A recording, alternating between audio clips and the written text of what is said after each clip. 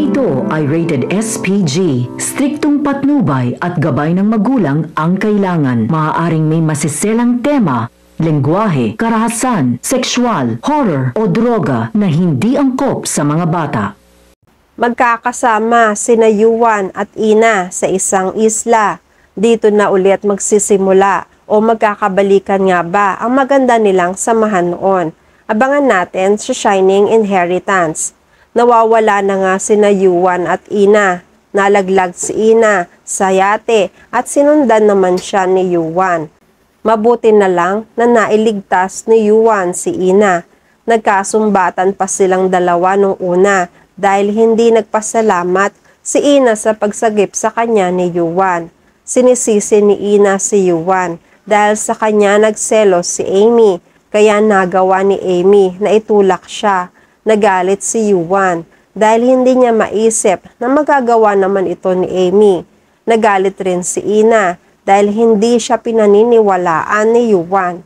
Pero naaksidente rin si Yuan at tinulungan naman ni Ina. Pansamantala, nagkasundo na sila. Yan ang usapan nila habang magkasama sila sa isla. Sa kabilang banda, nalaman na rin ni Sonia na nawawala si Yuan. Ganun rin sa partido ni Lola Oria.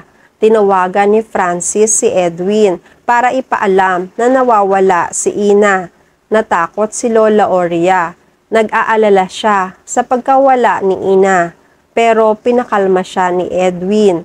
Sinigurado ni Francis sa kanila na hahanapin niya si Ina. Nangangako si Francis na iuuwi niya ang kaibigan. Sa kabilang banda, problemado si Joanna sa takbo ng negosyo niya sa Joanna's Legacy. Wala na silang customer dahil na rin sa pagsasabotahe nila sa Shining Casserole. Nawala na ang amor ng mga tao sa kanila. Mas tinatangkilik na ngayon ang Shining Casserole dahil napatunayan nila na malinis naman pala ang mga hinahaing pagkain dito. Masarap na ang pagkain, maganda pa ang serbisyong binibigay nila. Alam nila na mabait ang may-ari, kaya mas suportado nila ang restaurant ni Ina. Nabalitaan ni Charlie at Lani ang problema ni Joanna. Pagkakataon na nila ito para ulitin ang proposal nila na papabor sa plano nila. Inabutan nila si Joanna sa Joanna's Legacy. Malungkot at malalim ang iniisip. Nilapitan nila si Joanna, kinamusta at kunwari ay nag-aalala sila sa problema ni Joanna. Tinanong nila si Joanna tungkol sa problema nito. Sinagot naman ni Joanna, mahina na ang sales nila. Wala na ring mga tao ang gustong kumain sa restaurant niya. Nalulugi na siya sa expenses. Dito na sinabi ni Charlie ang una nilang plano ni Lani. May solusyon sila para maisalba ni Joanna sa problema niya. Gusto ba ni Joanna na i-consider na ibenta na lang ang shares nila ni Yuan? Makukuha agad nila ang pera. Mawawalan pa sila ng isipin. Parang naging interesado si Joanna sa suwestyon ni Charlie. Magkakaroon na nga naman siya ng pera, mawawalan pa siya ng problema. Samantala, umaga na, hindi pa rin nakikita sina Yuan at Ina. Sobra nang nag-aalala sina Amy at Francis sa pagkawala ni Ina. Maya-maya ay dumating na rin si Sonia para hanapin si Yuan.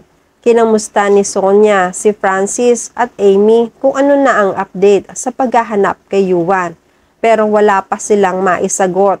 Sinabi rin kay Sonia na kasama ni Yuan si Ina. Nagtaka siya.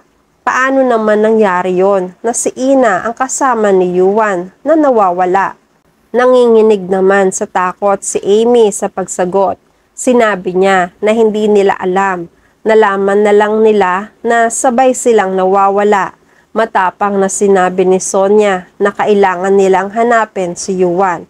Hindi sila aalis sa islang ito hanggat hindi nila nakikita ang anak niyang si Yuan. Wala siyang pakialam kay Ina, basta ang gusto niyang mahanap ay si Yuan. Sa kabilang banda, nagising na si Ina dahil umaga na kailangan nila ng pagkain. Sinilip niya si Yuan. Tulog pa si Yuan at halatang may dinaramdam pa dahil sa sakit ng paa nito. Nagkusa na si Ina na maghanap ng pagkain nila sa gubat. Iniwan niya muna sandali si Yuan.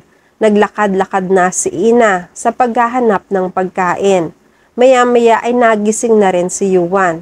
Hinanap niya si Ina pero hindi niya makita. Nag-aalala siya. Hindi rin naman nagtagal si Ina dahil madali lang siyang nakahanap ng makakain nila. Sa malayo ay natanaw na siya ni Yuan. Nakangiti na si Yuan dahil maayos naman pala ang lagay ni Ina. Unti-unting papalapit si Ina sa kanya. Nakangiti si Ina. Nakangiti rin si Yuan. Inabot ni Ina kay Yuan ang mga pagkain na nakuha niya. Magkasundo na sila. Nagkakausap na sila ng maayos at hindi na nagsisigawan. Inamin ni Yuan na naiinis siya sa sarili niya kasi ginusto niya at hinayaan niyang umalis si Ina sa buhay nila. Pero nung nawala naman si Ina, namimiss naman niya si Ina. Nagkatitigan silang dalawa. Maglalapit na rin ang mga mukha nila. Masayang-masaya ang mga puso nila. Maya-maya ay may isang parating na bangka. Ang mga sakay nito ay naghahanap sa kanila.